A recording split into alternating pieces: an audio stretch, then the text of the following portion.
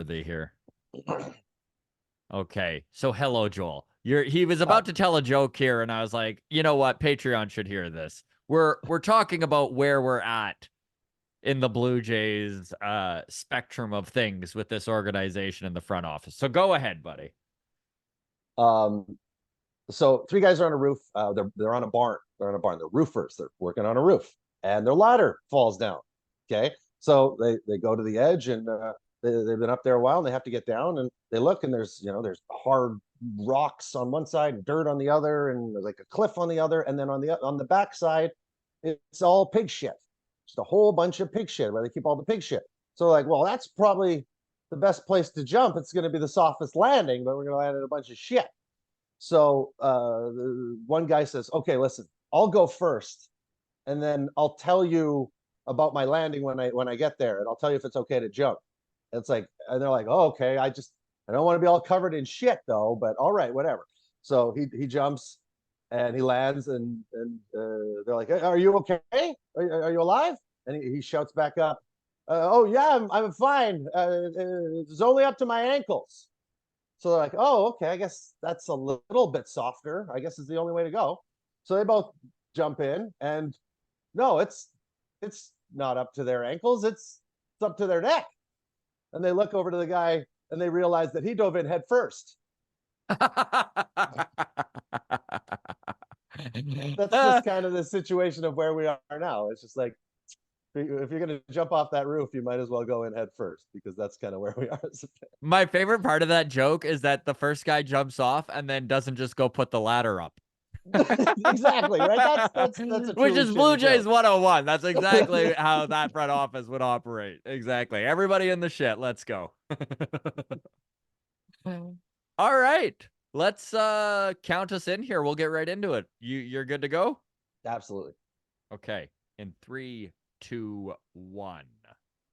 Hello and welcome to Mailbag, everybody. This is The Walk-Off. I'm Scott Belford, normally joined by Adam Mack, but he is on hiatus right now, joined by Joel Aflam. Hey, call me on TikTok, buddy.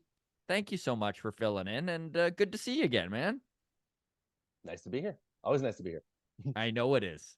We're about to do our favorite thing, which is nerd out about baseball talk. So let's dive in.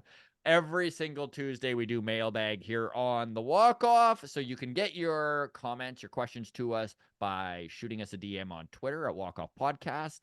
You can shoot us a DM on Instagram, The Walk-Off Podcast. If you are a member of the Patreon, you automatically get that Patreon bump and get your comments and questions in automatically.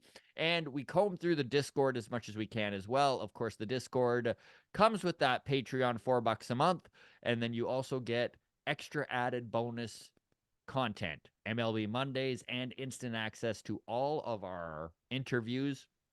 I know I've been teasing it for a while. Joel, you and I sat down with Eric Gagne.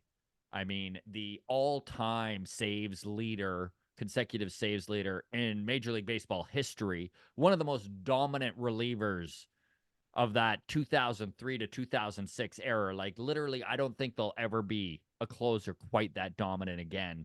At least not given the opportunity to be that dominant. It's a different game nowadays. But, yeah, that'll be out tomorrow. And I know I've been teasing it here for like 3 weeks, but I promise you it will be out tomorrow. Keep an eye out for that. If you're a Patreon member, then you've probably already watched it. It's something good to be teased about, because it was just an amazing hour. It just flew by, and it was really great to talk to somebody on that level of understanding. And he's not just a reliever; he was a starting pitcher too. So we got to dive into those elements of things, and the fact that he had actually a few hits over the course of his career. So there were some really nice things that we got to touch on, and it always he's an incredible guy. It always warms my heart a little bit too, and makes me feel like we're doing a good job when we sit down for an interview with somebody whose time is very valuable, and they say 20 to 30 minutes, and then they hit that 20 to 30 minute mark. I start to wrap up, and they're like, you know what? Let's just go. I'm having a good time. And that's exactly what happened with Eric. We got to about the 25-minute mark. I started to wrap up, and he's like, you know what, guys, let's just do this. Let's just go. So yeah, a very in-depth and interesting interview with Mr. Gagne, which again Canadian will be legend. out tomorrow. Canadian legend, exactly. And on that, let's get into the comments and questions. By the way, buddy, huge positive vibes sent our way about Long Toss on Sunday. Everyone really enjoyed this episode. Your name brought up in particular numerous times. It was just a good episode, man. We were all at our wits' end, I think is what it was. So there was no holding back.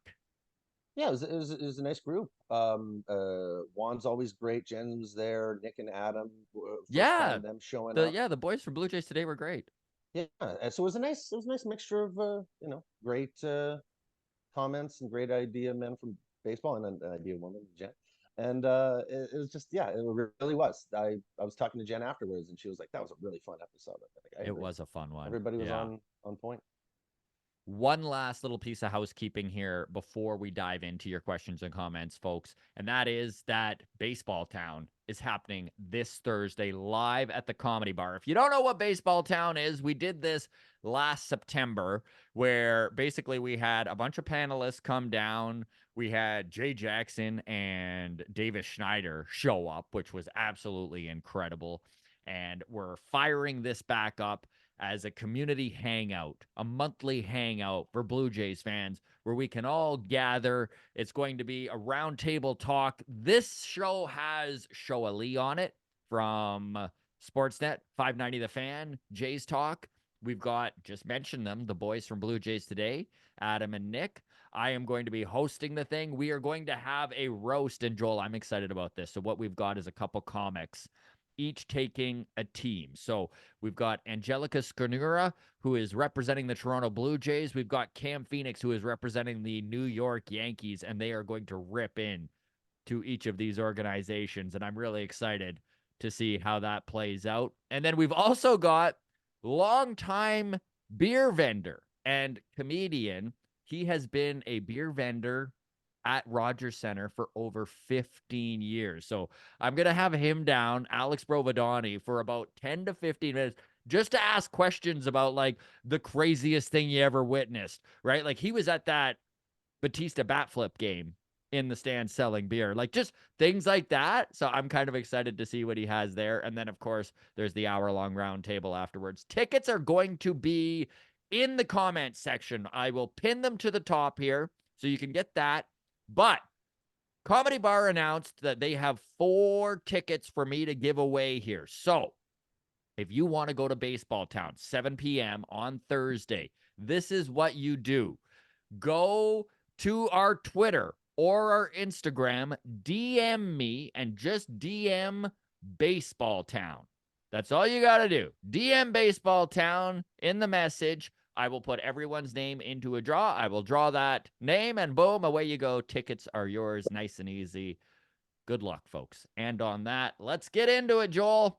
This first one is a comment from Nick Raymond in Patreon. And he goes, question for the mailbag. What is the correct ratio of hours watching Blue Jays games to consuming Blue Jays content? I feel like I'm too far on the consumption side lately. And as a content creator, I will say consume away, Nick. All right, buddy? You consume all the content you want. And honestly, at this point, and I don't know how you feel, Joel, the content might be better than the baseball we're getting to watch right now. That's a good point. Anything is probably better than the baseball we're getting to watch. But yeah, no. Consuming it's 2 times a year, right? You've got 2 seasons. You've got baseball season, and then you've got the rest of the year when you don't have it. And I'm the type of baseball fan that just loves it. It's like a relative. It's like a friend you don't get to see every day. And when he's in town for those 7 months, hopefully 7 months, this year it looks more like 6. But it just fills you up with something. And so, if content and baseball makes you happy, there's nothing wrong with that. Consume as much as you can.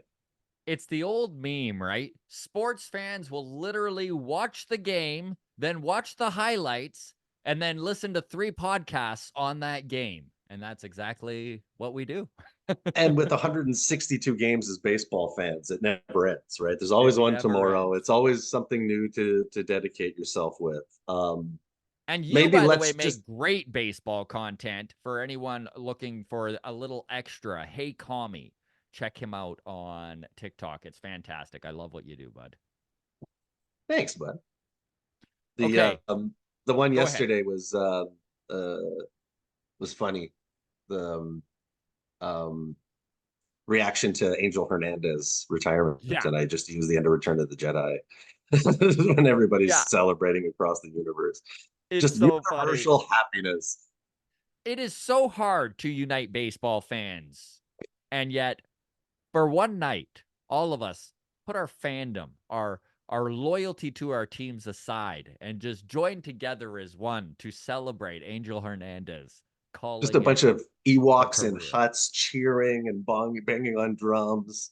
Yeah, Yeah. that's what we My were. It my was just favorite was when celebration. you texted the group chat Angel Hernandez quit, and then Adam's response to that was the best call of his career. And I just Yeah, yeah. Oh, Adam. Yeah. Oh beautiful. man, it Beautiful. was absolutely. Okay, back to Patreon here. Caribou Heart TV. And I'm going to tell you right now, Joel, this is a long one. There is some spiraling going on here, but I think it sums up how this fan base is feeling so well that I'm going to dive in. So, Mhm. Caribou Heart TV says, is there any chance the front office is tanking for draft picks? I realize I'm just angry and looking to point fingers, but going back to the offseason, management doesn't seem all that intent on improving the team. Our farm system is trash. I personally think our entire scouting department needs to be fired. We've got a few guys that'll do, but no real studs. Ricky can't stay healthy, so we can't count on him until he proves otherwise. Bo is gone after next year, in my opinion. I don't think he's coming back. Hopefully, they'll trade him and get what they can, prospects or whatever. I believe Vlad will be back. Fingers crossed. But if they haven't re signed him yet, is it possible that they've already decided they don't want him back? Or has he decided he's not coming back? So again, trade for prospects? Question mark. If we don't re-sign Jansen, that leaves us with Kirk. And this is where the like, you can just tell he's spiraling now as he's typing this, right? He's like, that leaves us with Kirk behind the plate. Yikes. The future could, in quotation marks, be bleak. That being said, and this is where he reels it back in, right? That being said, with a few well-placed draft picks, a couple of savvy trades, and some good offseason signings, we could be looking at a completely different machine in a year or two. Just for shits and giggles, if Juan Soto makes it to free agency, is there any chance the Jays go all in on him? So obviously there's a lot there. But let's start with, before we get into Soto, let's start with it does look bleak. It could be bleak, right? We're stranded on a barn roof right now, and we're deciding how deep the shit is we're about to jump into. Yes. But I like the twist at the end where he's like, that being said, with a few well placed draft picks, some well placed trades, and some well placed signings, things could be better. Things could be fine. And I think that's true. But Joel, my question is to you, is there any way that they can move forward as is with this front office as is? I mean, we talked about this ad nauseum on Long Toss. For any of this to happen, they kind of need to move on from at least Atkins, right?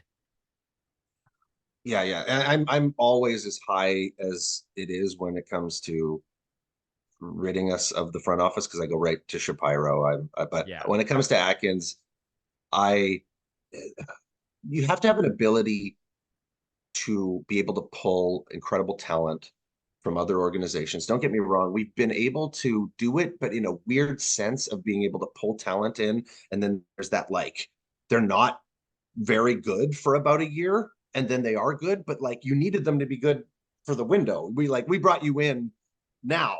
Like we're a win now team. So you taking a year to figure yourself out is not really when we were shipping out parts that were working and helping us win in the moment. So it's kind of that understanding of what you're going to be able to bring in across the league and then signing these guys. So it's just like if you're looking to redo it all over again, but you weren't able to lock up what you had in this first run, you weren't able to lock up Vladdy and Bo. Your draft picks, one can like his dad played in Canada. He's got a Canadian roots. And it's like it's not really gonna I know the argument of like, well, these guys are second generation ball players and they're going to want to hit free agency. But I really think it plays not to that, but to the person. I really feel like it plays to who the human being is. And can you as a GM sit down and really convince them that this is their home and this Mm-hmm. is the place to stay? And if they couldn't do that with Bo and Vladdy, do I want that? Do I want to go chuck for prospects, bring all of that back, and then have the same thing happen all over again where we've got talent who just doesn't want to stay beyond 6, 7 years. So yeah, I really feel I'm beating this horse absolutely to death, but I don't think that Atkins has the understanding of what it takes to win in 2024. And I don't think he's honest with the fans. And I don't think that he takes the onus on himself. And I want somebody to run this team who is going to show some passion. And when they lose, show some frustration and be honest with the fans. Not some sort of run around where, oh no, we're just a bat or two away. Yeah, but why is your phone call ringing and people want to know about the Bo and Vlad who you're putting on the trade block? It's like you're telling us one thing, you're doing another. So I just win or lose, success or failure, just be honest with it. Just say, we're having a fucking hell of a time and I don't know what to do Yeah. right now. You're going to get fired when you say that. But after you bullshit enough times, we know that that's actually just the truth. You don't know what the Yeah. fuck's going on. Yeah. And you're just willing to lie. So it's just, oh, you could have been an honest failure or you could have been a lying failure. One thing I really did like about what Caribou Heart TV wrote in that is that it's very common for Blue Jays fans to clump Bo and Vladdy together, like they're one entity. And I, Mhm, I I don't think that's the case. I truly believe mhm. they have different values, they have different ideas of what they want to do in the future and where they want to wind up. And I do feel like there is more of a chance of Vladimir Guerrero Jr. staying in Toronto than there is Bo Bichette. This is all speculation. I have no idea. But I am curious on your thoughts on that. And if you think that this relationship with Bo is more or less, if he's the more likely of the two to just want nothing more but free agency.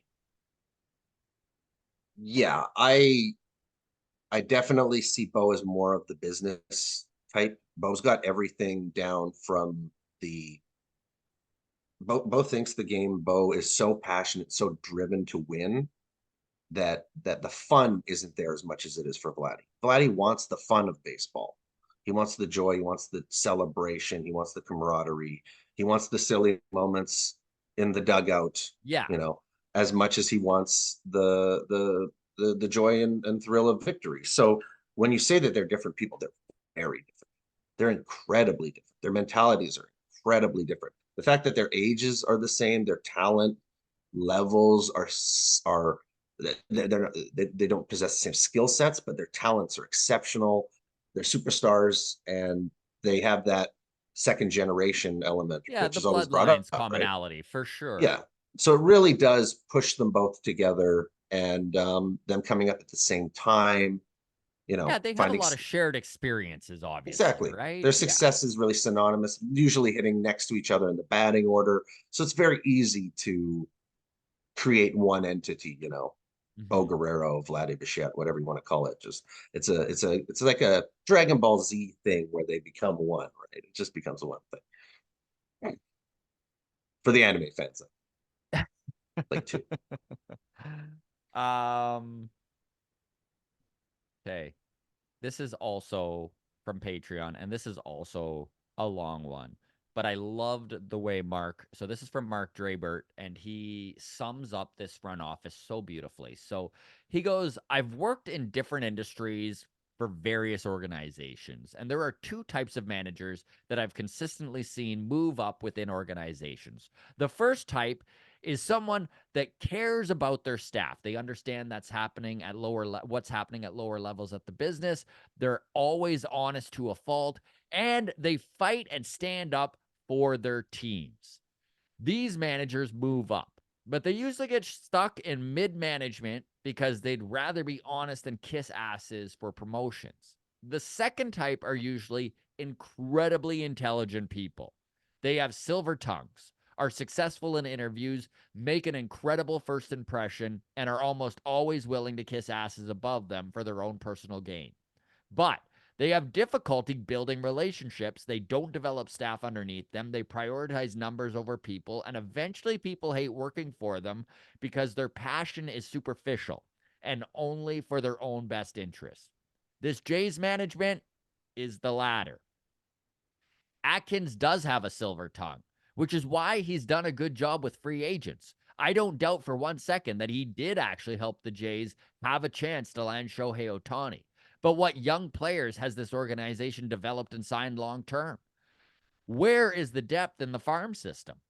Why are we going to arbitration over $1 million with players that you should be trying to lock up for 8 years? Where is the ownership when it comes to the team struggling versus throwing your manager under the bus for playoff decisions or telling the fans to trust the process? This team needs immediately to move on into asset management focus, whether that's retool or complete teardown. But Atkins has to go. The organization needs real leadership at the top and someone that understands people over numbers. That's beautiful. Isn't it? That's beautifully articulately, just so intellectually on point and everything. That's just very really astute. Yes. Yeah. Was that a question or just a perfect statement of where It's we are right literally now? a perfect statement. I honestly don't have much to add to that, but when it was sent to me, I was like, oh yeah, this is making mailbag, even if we're not going to comment too much on it, because he really Oh, does nail the corporate structure and what leaders do because there are the way he summed it up too of the second type are incredibly intelligent people. mhm. They're just selfish. So they're incredibly intelligent when it comes to moving themselves up that corporate ladder. But like he said about the people below him, it's superficial. They're caring about him. Selfish in a selfless presentation, though, because it's done by committee, right? Yes. So they have a selfish pursuit to raise themselves up through surrounding themselves with others, using others to build them. And then, but the fact that they were built by others, no true decision was theirs. No, nothing was really theirs. Any move on the field or off the field can be allocated to some other blaming point. Or so yeah, I totally agree. And I have to say that the first element of that statement, where the honest to a fault types Yes. are punished and they stay in the middle. And I want to relate that to my screenwriting career, of how the two options were in front of me for 15 years of, do I do Marvel superhero stuff, which I didn't want to do because everybody was doing it. I just didn't. I I would rather create an original character and pour my soul into something than have to reiterate somebody else's character and try to find a relationship with that. I just didn't want to be that person. So for 15 years, I feel like the intellectually keen silver tongued devils manipulated the film industry to do the committee movies. And I made that comparison on Long Toss, that this team feels like a Disney Star Wars movie. Yes.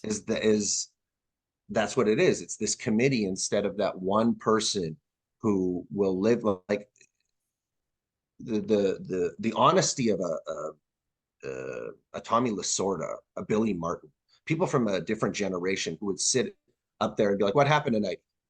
He had a fucking 3-run homer against us. What the fuck do you think happened? We were sitting there. We had a 2-run lead in the ninth. He had a fucking 3-run bomb. I don't know what the fuck to tell you. Like he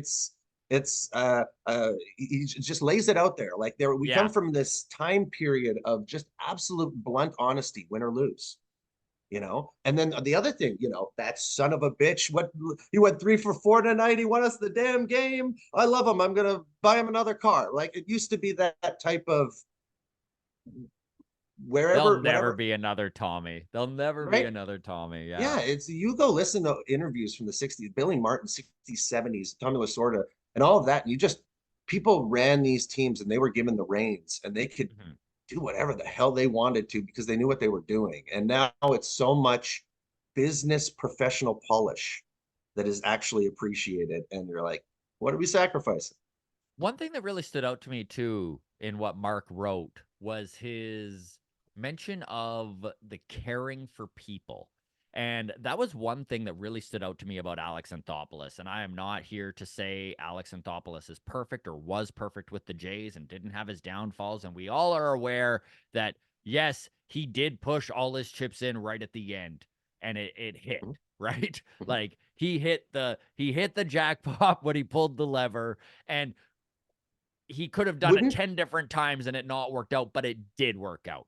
But if you go and back over Alex Anthopoulos's career and tenure with the Blue Jays, people was always his main attention, right? Like even the reason he went and brought John Gibbons back after the whole John Farrell mess and he left the Blue Jays yep, high and dry after to go being to given the Boston. opportunity to be the manager because he wanted to go manage his dream team in Boston, Mm-hmm. right? And Mm-hmm. that hurt. That hurt Alex, that hurt the team. Everyone was devastated by this because all of a sudden we're headed on this direction, on this track. And then the leader of that is like, you know what? I'd rather be over here with these guys, right? Mm-hmm. And that really, I think, made Anthopoulos very, very concerned and people orientated, right? What are these guys? Who are they as people? And when he signed Jose Batista, right, he spent so much time being like, listen, I know we're investing in a 30-year-old who is definitely a late bloomer, but there is no one I would rather as a person put my money behind. And look at I how did. that worked out. That might be one of the best contracts in Blue Jays history. True, and then that follows with everything that he's signed in Atlanta ever since is all contracts to that level. That was the first ever, like he kept Edwin as well, but like the 50s, I think it was 5 years, 56 million Yeah, for Batista. Something just like it was you you wild. you for 10 years before that, A-Rod had signed 250. Yeah.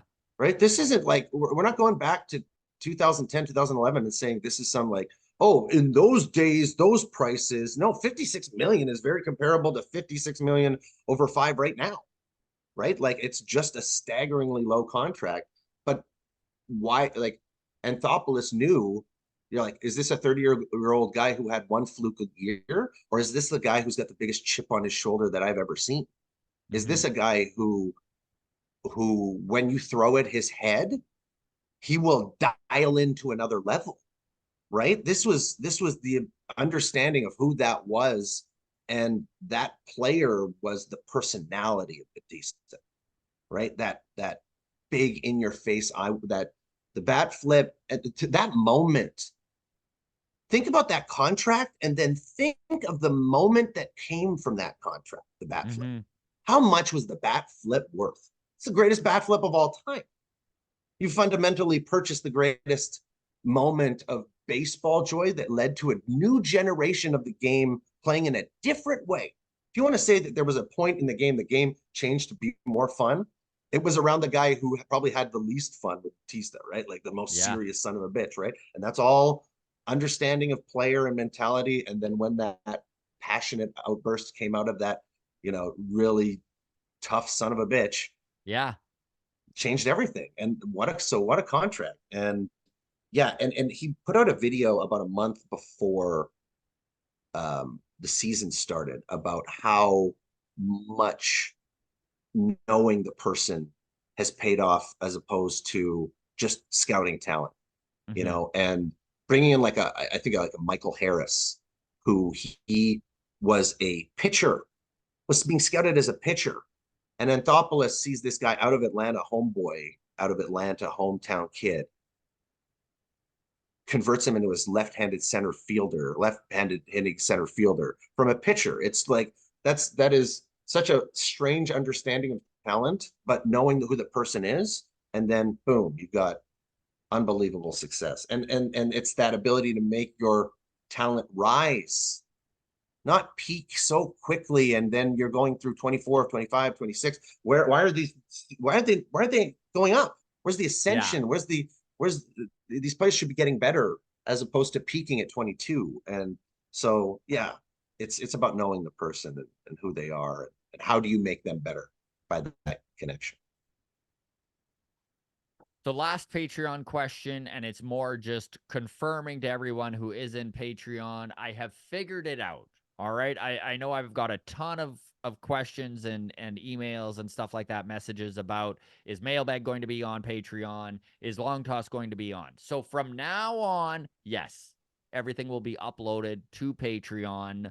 For everyone watching publicly, by the way, this won't affect you at all. It's just on Patreon, it's up a little earlier. And with Adam on the IL, we'll call it for right now, I've been needing to learn back-end stuff that I had no idea about. But rest assured, everyone in Patreon, it will be back to your regular scheduled programming starting right now today. Okay, so going to YouTube, because we had so many comments on our long toss video, Joel, and so much of it really, I mean, obviously was Atkins centric. So here's a few of them.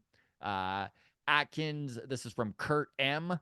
He says Atkins 100% can't be allowed to rebuild again. Get Click in there. Tough to argue, right? Like if this team is going to go towards a rebuild, how in the world do you let Atkins do it again? This is a dude who's been at the helm for 9 years, has already rebuilt once, has already been through 3 managers. He's on the hot seat. There's no other way of saying it. He's basically a dead man walking, in my opinion. Like for a long time, I really was shocked this year that we went into it again, and then the moves that he made, which were just kind of like, those weren't the moves to put this team over the top. Those were the moves to bury this team. Those were the moves to this team's going to take a step back now. Yeah. You know, our best hitter last year was a guy who played 75 games in Brandon Belt, and we lost Chapman. And those were 2 of our best hitters when they were in the lineup. And they're gone. And we were already a struggling offense. So that was only going to lead to runners in scoring position horrors happening this year. And we all kind of knew it. And we hoped and dreamed that bringing in a 39-year-old DH again would just, that would be the solution. Don't worry. I like Turner, but it's just like, you can't. The history of the game says 39, 40 is not the place to push your chips for in the moment victory.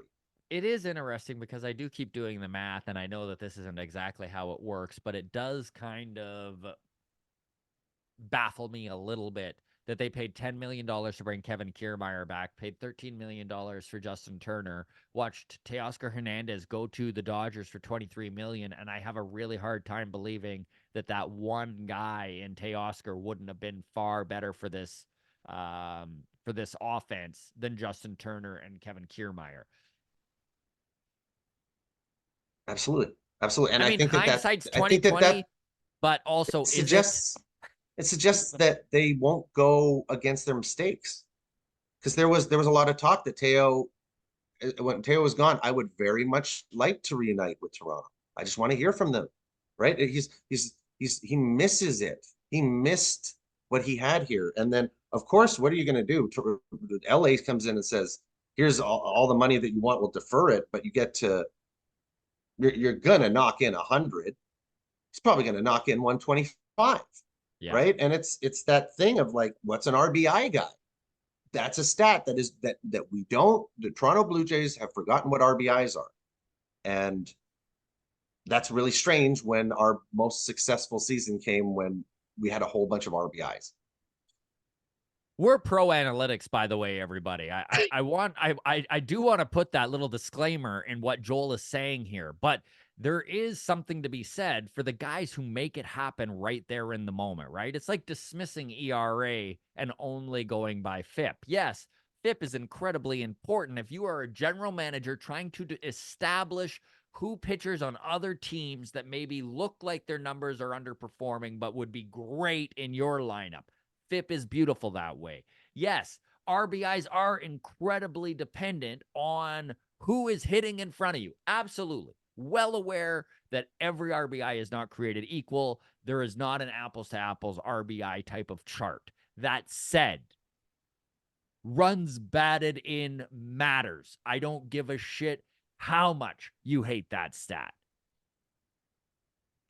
Joe Carter, 770 career OPS for his career, like 106 OPS plus. You're like, oh, Joe Carter's 6% better than average. No, he knocked in 1,400 plus runs.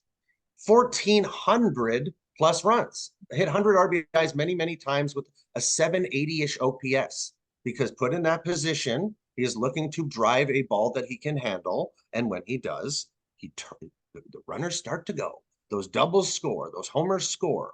And he hits doubles and homers 26% of the time. He's got a 260 batting average, and it's usually those types of results. So it's just like, oh, OPS says that he's average. And you're like, no, stop looking at those numbers. Stop doing I love Moneyball more than anyone. Yes. I love it more than anyone. He does, folks. I will put that out there. I'm the #1 fan of that movie of all time. No one can compete with me. I still know that they went too far in the pursuit of one number. The pursuit of one number makes you see, I've said this before, that a solo home run is 5,000 OPS. A base hit with 2 runners on is 2,000 OPS. You're telling me that scoring 2 runs to 1 run is worth 40% the OPS, which is what we pay the players. The OPS is the number that we look at to define a $350 million contract. But it's a broken system to where higher OPS can actually score less runs.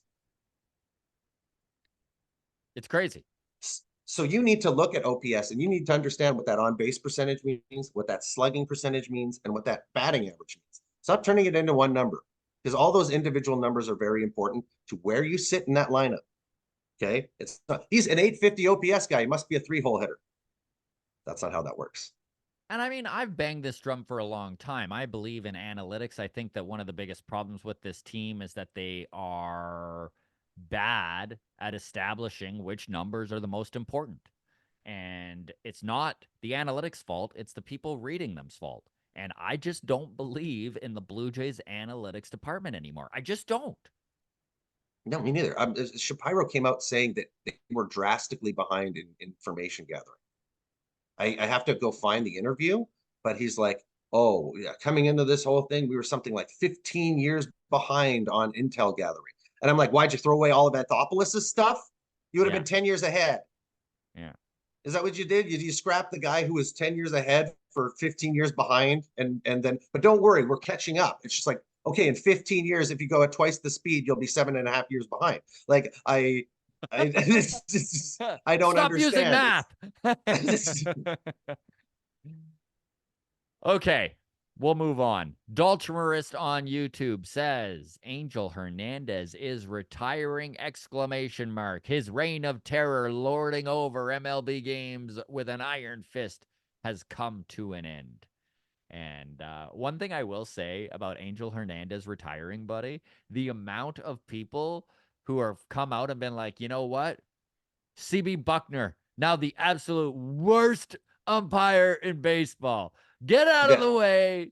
I was having the exact conversation with my friend Ethan about how CB Buckner and like Laz Diaz must have been like paying Angel Hernandez like 15% of their money to stick around. Be like, one more year, just one more year, please. Don't go, please. And it's just because that now Buckner's going to take he's going to be the brunt of all of the jokes. He probably should have been anyways. He was just as bad, if not worse, than Angel. Like he just Angel just has those peak failure moments. Yes. Like especially I think I feel like that last game he called was probably the straw that broke the camel's back, because he had set the StatCast, or it's not StatCast that keeps track of the strike zone. They have another website that does that specifically. Umpiring card. I know exactly what you're talking about. Yeah. And that was the biggest miss since 2014. It was like 7 inches. It was That he did 3 in a row on one at bat that were 5, 6, and 7 inches that he just kept pulling up that strike call, and you're like, we got to do something about this. The gambling companies probably stepped in and were like, get him out of here, or we're going, because Yeah. this is not a professional sport if he's out there closing in his eyes and just putting his arm up when he feels like. Nobody has made more money being worse at a job than Angel Hernandez. That's really, really true. He was probably paid a nice little sum to leave. Like, especially Yeah. he's retiring mid-season, gang. He retires today. He is done. Like, when does that happen? Yeah. That was he's just had enough of it. He's tired of the booze. He's tired of everybody hating him. And then baseball's just like, please get out of here. We'll get you a place in Maui or something. Um, I had a message from somebody when I put my video up on TikTok yesterday where a guy was like, I know this is gonna sound really strange, but a part of me is gonna miss him. Yeah. There is a No, part of he's me been is such a gonna. part of baseball. Hating Angel Hernandez has become a part of fandom, right? And Yeah, it's something right. we all share in common as baseball fans. And that's Yeah, gone. Now we got to it's turn gone. It's just our hate to CB Buckner. yeah. Go just look in the mirror a little bit and hate ourselves, I guess. It's just, but um no, there's a great video out from Baseball Doesn't Exist that literally just came out in the last 48 hours, and it was hilariously entitled Angel Hernandez Isn't As Bad As We Think He Is. But the video was more so to focus on how truly difficult it is to be an umpire, showing you the umpire cam live strikes being thrown, and then putting it to the fan base. Is this a ball or is this a strike? Right. And you can, watching that video, they show you 5 pitches, and I bet the audience at home watching is probably got 50% accuracy on this. And then they show you the worst ball called for a strike to a left-handed hitter, and it kind of looks like a strike. Yeah. It kind of does. And you're sitting there and you're like, I bet you 30-40% of people thought that was a strike. And then you realize that 99.5% of umpires make that call correctly. Mm-hmm. And you're like, they're pretty good. We hate them so much, but it's such a damn tough job. Honestly, let's be serious here. Officiating any professional sport is the worst possible job. You don't get the guy, Lance Hoyt is the guy's name who did the perfect. Yeah. He did the perfect game in the postseason, and 100% on his umpire scorecard. Just ridiculous, and where that should have been cherished like a perfect game from a pitcher. Yeah, that was the first one ever. Yeah, and it's still like we booed don't during the game though, right? Still close calls where the opposing team's fans are like, that was a strike, right? Like that's you're like, that's what you deal with as an umpire. Exactly. Not an easy job. All right. Last YouTube comment before we get to our Twitter comments and wrap this thing up. So James Dunn commented on Long Toss, and of course we had gotten into the topic of, is this season over, basically. And so he goes, those great 2015 and 16 seasons seem like eons ago. I'm sorry, Yogi Berra, but it's over. This team is deader than the proverbial doornail. Rest in peace, 2024 Blue Jays. What a dreadful, dreadful team. Ugh, this sucks. I mean, hard to argue with that sentiment. Fangraphs gives the Toronto Blue Jays a 13.5% chance of a playoff spot. It is becoming bleaker and bleaker. June is right around the corner. This team is 4 games under 500, 24 and 28. They are, I need to double check, but I think there's 4 teams between them and the last wild card spot, which is always a bad spot to be in. When you got a bunch of teams that you need to jump over, it's one thing to be a few games back of that final wild card spot and be the team chasing them. It's another thing altogether to be a few games back of it, but also having a whole pack there vying for that last spot. And it's not like we're expected to be better. It's not like in 21 where we had what 88 wins, Yeah. but we were expected to have 98 wins. We were expected to have 100 wins with that run differential. We're in the exact opposite place right now. We're expected to be at 1 or 2 losses worse, I believe, in the record. So, it's not like we're the Padres last year who had a positive run differential, but a losing Yeah. team, right? It's not No. that. It's not there's some hidden thing there that just needs to be unlocked. The only positive thing that you could ever is this team dead right now in the water. I won't go there yet, No. 100%, because a 10-game win streak can just come out of nowhere. And I Yeah. honestly think that a 10-game win streak would probably be the worst thing to have happen to this team right now because it would put hope in us again. And I don't know if that's what we need right now. No. Like, as you don't want to say it, you always want to cheer for your team, but some way coming in and giving like, oh, we only came, we were one short of the wild card, or we were so close. And then that gives them another chance to do it all over again. It's like there has to be a point where the horse's leg is broken and you shoot it in the head, right? And no little signs of recovery. That horse is never going to be the same. It's just not a racehorse anymore. He's hobbled. He's done. And so we need Ross Atkins to jump off that barn, and then we'll pull yeah, him out of his misery. exactly. Right. It's Metaphorically, and everybody. Metaphorically. we're still in the 5th month of the year. We're still in May, right? Mhm. And it's just the hardest thing to deal with is that we're supposed to be in our window and we're talking about being done in May. And it's just that's why the regime has to change because that just that just can't happen.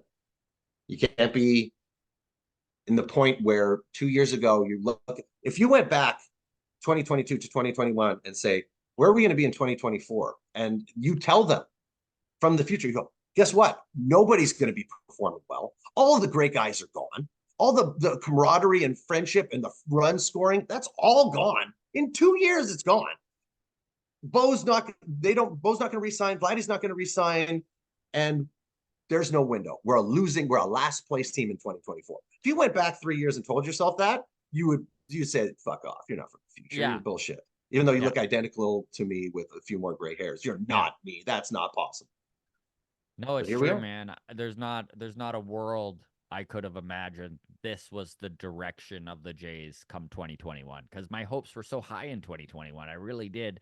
Even as devastating of a blow it was to lose out on a wild card spot in that final game of the season and watch them go on the run they did to put themselves in that situation and be watching the Boston Red Sox play the Washington Nationals just to see the Nationals blow it and hand the Red Sox that final wild card spot. That was devastating. But there's not a world at that point, as upset as I was, where you could have convinced me that the window was closing over the next couple of years. Yes, it had been cracked open and it was only going to get wide open, so open that like you could drive a bus through this window, right? Like this was going to be a hell of a window, and now we don't even have a breeze. Now the summer months are coming and it's hot inside. We need that window open, and it is Yeah. closed.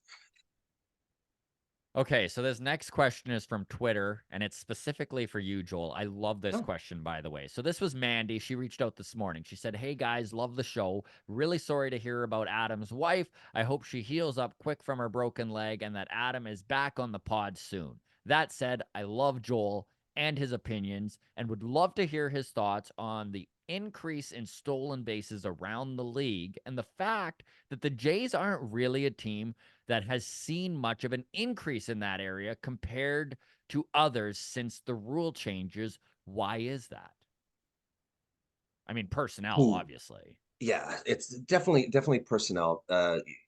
We've got Daniel That's just Vogelbach and Alejandro Kirk. Like, yeah, it's exactly Brandon Belt, Justin Turner. You're yeah. not bringing in guys with wheels, and it's that like an Ellie Dela Cruz who is set to potentially steal 100 bases Oh this my year. God, There, that man, we're eh? he's trying to show you what the league is now, right? When they made the changes, we didn't know what stolen bases were. Acuna gave us a taste with 73 last year to say this is a different era. This is a weapon now, the way it hasn't been since the 80s. Mm-hmm. And so it's a system with where like the shift was something else where Texas went and jumped ahead. They knew Corey Seager would be a destroyer in the new world that would come post shift, right? And fundamentally was as valuable of a pickup in their postseason run. Just that he gets Bonds like when he's on fire, and his stuff is always either an extra base hit or a line drive to where that extra fielder would have been on the shift. So it's to understand what he's going to be and to make that pick where we were making picks for Varsho and Belt, right? We were behind the curve on acquiring lefties. There was that thing where Freddie Freeman was available for 160 million. And it's just like, do you push in on that? Do you leave Vladdy at third, right? Which was something that he still takes throws at third in practice. I see shots of him over at third with IKF still taking throws. And I'm like, just let him play there. But back to stolen bases, that's a mentality of the team, and to understand you need a base stealer to come on, go get Ricky Henderson to just come and tell you your boys how to do it. He's just sitting there. Go get an all-time base stealer just to be a coach, because it's almost like you need a running coach now. We have pitching coaches, we have hitting coaches. There are running coaches who there are coaches who understand base paths and what we need to do. But I think you need a base stealing type legend on your team, because the game now has shifted dramatically to acquiring bases through stolen bases. 100 is possible again. It is. And Ricky in that era was the most dominant player. So, it is and then to pay on to that element to the other side, the fact that Kirk is so bad at throwing out runners, and the fact that we didn't see that stolen bases would become so important in that arm behind the home plate. So Moreno's loss just hits extra hard because he is Pudge-like. He throws out 50% in this day and age. Pudge threw 50% out in the old school style with smaller bags, and you couldn't throw over as much. Here, Moreno throws out 50%. So it's both. It's stopping it and not being able to do it as much as you would hope to do it in comparison to the rest of them. And it is such a weapon that is, if you've got the artillery to use it as a weapon, is incredible. Because I know I was watching the Cubs and the Reds play. This was a couple weeks ago when Ellie De La Cruz gets on first base, and he left on first movement from the pitcher. And I mean, he's 6'6". He's so tall. And it was like 4 strides, head down, chugging. And then he's sliding in head first, and he's so long. Like, he just was there instantly, man. It was instantly. And then he gets up, and now it was an 0-1 count. Same thing. Takes off for third. 0-2, right? And then the guy does a little dribbler up the third baseline. Ellie scores, out at first. But, like, the weapon that is stolen bases when you've got a guy who is as deadly with it as an Ellie De La Cruz, it's a whole different element of the game. The Moneyball shift where walking was so important, but walking was being done by Joey Votto, by Scott Hatterbergs, by guys who couldn't run, by double play boys. You put this guy on, and then you don't have somebody who can hit behind you, double play. You don't score the run. You don't knock anything in. With Ellie is like a Ricky Henderson type who takes a walk and turns it into a triple if there's nobody in front of him. That is, you are taking the least valuable offensive skill, a walk, right? Here's a walk, here's a hit, here's a double, homer, all the way up. You're taking a walk and turning it into a triple. You're taking a walk and turning it into probably the hardest thing to actually get. Triples are harder to get than homers. They're not more valuable than homers, but they're harder. You're getting the hardest thing to acquire on the base paths because out of a walk. Okay, so that's something where I really feel like the game needs to understand that the metrics OPS doesn't speak to that. I've said this. This is a wild concept. You don't stop hitting when you get on base. You don't. What do you mean? You're not hitting anymore. No, you're still hitting. Every base is acquired the same. It doesn't matter if you're acquiring it through running or through hitting. Okay, you're acquiring bases. So your ability to slug is determined not just by your ability to hit the ball hard and run off the hop, but it's to acquire more bases once you're there, right? And that doesn't go to slugging percentage. If you take Ricky Henderson's stolen bases and you eliminate them and you add them to his total bases, he becomes like the 15th highest slugging percentage in baseball history. Right? But it's truly kind of the way we don't look at the stat properly. We don't, and it's not paid out properly. A guy who can put up, if Ellie can get 300 total bases this year and steal 100 more, that's a 400 total base season. I think there's been 10 of them in the history of the game, right? And so to be able to understand the speed dynamic of this new game that we're in, and to properly pay the players for that skill, because we're still in a place where like Juan Soto, blah, blah, blah, all the money goes to hitting ability. Speed is an absolute terror in this game right now. It's an absolute terror. And you know what? There is something to be said for just the knowledge of how to do it properly. I always love this example because Paul Goldschmidt blows me away with what he managed to do on the base path. Paul Goldschmidt, for everyone who wasn't aware, not a speedster by any means, comes in to the league in 2011. He has 4 stolen bases in 2011, 18 in 2012, 15 in 2013, 9 in 2014, 21 in 2015. Okay. So he was a threat on the base path, but slightly above average. You steal 20 bases in that time period, that's like stealing 35. That's a lot of stolen bases for big boy. 2016 comes around, and Paul Goldschmidt decides he's going to steal 30 plus. It's what he went. He literally went to the Diamondbacks and was like, this is my goal. 30 bases. And they're like, you're not fast enough to steal 30 stolen bases. You're not fast enough. And so he hired a running coach. He brought in guys. He talked to Ricky Henderson. He talked to some of the best stolen base artists of all time.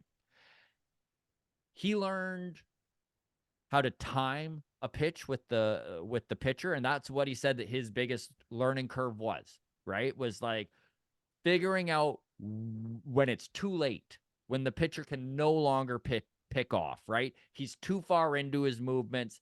It's a done deal. And if you always see the first base coach with the little the timer there, giving the base runner that knowledge. In 2016, Paul Goldschmidt goes out and steals 32 bases. Again, this is a dude who was never known as a speedster. This was a guy who his peak at that point was 21 stolen bases the year before. And up until that point, 15. 6'3", 230? Like, he's a big boy. He's a big boy.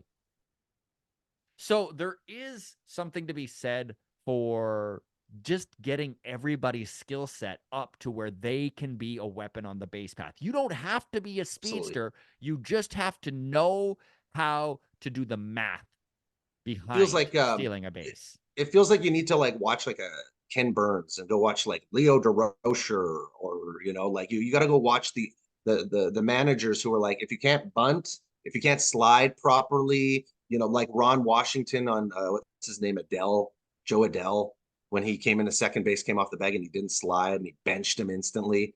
He's like, we just can't see that. That can't be happening. And like I totally agree with you that we're becoming so specialized in our abilities. You're a slugger. There's no reason for you to steal bases, or Trout getting the brakes put on him, Griffey getting the brakes put on him. Like you're a 3-hole hitter. It's not your job to steal 35. And it's such a mindset, right? Like, to go back to Paul Goldschmidt, like he was winning batting titles at this time, right? It was even Arizona was like, you're good, dude. You don't need to keep developing these skills. And he just was like, I'm not having it. Like, I'm going to steal 30. I'm going to. Meanwhile, in Japan, they create a guy who can literally do everything. Yep. hey, you're a pitcher, you don't need to steal bases. Yes, I do. Yes, I do. Oh, okay. How about learn every damn skill that you can, learn as much of the game as you can while you're physically capable of playing the game, so that knowledge is in you for whatever situation may arise over the course of your entire playing career. How about that? How about let's teach baseball players to be baseball players? Couldn't agree more. Couldn't agree more. And I think the stolen base skill set is something that we're going to see more and more prevalent as the game goes on, because it is like you said, it's such a weapon. It is, why stop hitting once you're on the base path, right? And I mean, if you look at the Toronto Blue Jays and how much they struggle to score runs, my goodness, wouldn't it be beneficial for this team to have a couple guys who were skillful at stealing bases? And they don't. And you know what? It's not a big deal. There are a couple guys who probably could be much further ahead than they are. Dalton Varsho being one.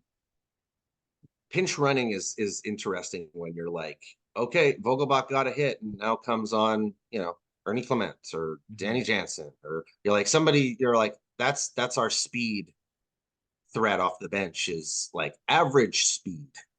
Yeah. No, it's true. Like, it's true. Like, I know it was a weird swap out anyways. This was a couple weeks ago, but when Kirk got on and then they swapped him out for Danny Jansen, I understand that but it's like, yeah, here, we're putting in our best average runner. And I love Danny, nothing against his running skills. It's there used to be a time, I'm trying to remember, I think Sam Dyson was the guy's name, the guy for Kansas City, who's just there. He doesn't play baseball. He's just there for the ninth inning. Tim LeCastro. Like, there are these guys out there for situations. Terrence They don't Gore. Sure, right? Like these wheels that are there for when you need wheels for Stanton, when you need wheels for, you've got a lot of guys on this team that late in the game, if they've got double, like, oh, Turner cracks a double and then becomes 99 speed, because you've got that guy on the bench in that situation where he got there, and then the rest of the way, we don't need Justin Turner. We need this guy because this guy can get us an extra base in the running aspect of things, right? So it's, yeah, it would be nice. The old school baseball, I feel like the analytics is at a point of, we got to revert. We got to start going back. And I think it is going that way. I think it honestly is going that way. It's just going to take another generation. It's going to take an organization that's supposedly 15 years behind in analytics a little while to catch up to that. Okay, let's wrap things up. We got one last question here, Joel. A big thank you to all of you who sent in questions and sent in comments. We really do appreciate your interaction. We go and comb through all of your interaction every single week. Of course, you can always reach out on Twitter at Walk Off Podcast or Instagram, The Walk Off Podcast. Just a reminder, too, Baseball Town with Showa Lee from Jays Talk on Sportsnet 590 The Fan. The boys from Blue Jays Today, Nick and Adam, they're going to be our panelists. This is running at Comedy Bar, 7 p.m. on Thursday. If you want to go, we have 4 free tickets to give away. DM me on Twitter at Walk Off Podcast or Instagram, The Walk Off Podcast. All you got to do is DM and just write in the message Baseball Town. I'm going to put all of those into a draw. I'm going to pull one out, and I'll let you know later tonight if you're going to the Comedy Bar on Thursday. Tickets for that in the pinned comment in the comment section here. All right, let's end on this, Joel. Again, appreciate you filling in here, buddy. I always love chatting ball with you. This is from Paulina. She says, a hearty hello walk-off crew from Saskatchewan. Curious what you guys think of the supposed Blue Jays City Connects. Are those actually the jersey question marks? I'm disappointed. The leak that was put out there, what was your thoughts on it, Joel? Well, if the leak is real. If the leak is real. If it's real. Yeah, let's say that. If the leak is real, no, not really a big fan. I don't feel Canadian. I don't understand black. There's been a bunch of black City Connects, a bunch of really dark City Connect jerseys out already. And this one, like, like Philly did a cool kind of like color scheme to theirs. But like ours, it really seems like the first idea that you got a creative group and somebody just said, put Toronto in front of a skyline and don't even like the colors don't pop. It kind of blends into each other. Like I've got a CN Tower on like this shirt right here, right? Yeah. Like just to turn this into the City Connects. Yeah, I love Blue right? Jays, right? I love Yeah. BJs. Just put that Yeah. on there and get a No, good laugh out of it. But that the CN Tower's ugly. I just don't feel. I I mean, just know. I tweeted it out and but it just reminds me of the Frasier, the old Yes, TV sitcom, the exactly. Frasier logo. It's like they were like, let's do this, but instead of Frasier, put Toronto, and instead of the Space Needle, let's put the CN Tower, and we'll call it a day. Even the Yeah, color scheme's the same. I'm like, this is it's kind of fucky. it really is. It really is, and it just doesn't. There isn't really any heart in it. I just don't see like what story like they're gonna say. Oh, it's from the famous Toronto sign that people stand in front of. I'm like, it's not that famous. Yeah, It's literally the name of the city, yeah. right? Like that's not what's not not not some cool like not a six or something that is synonymous with Toronto. No, just Toronto.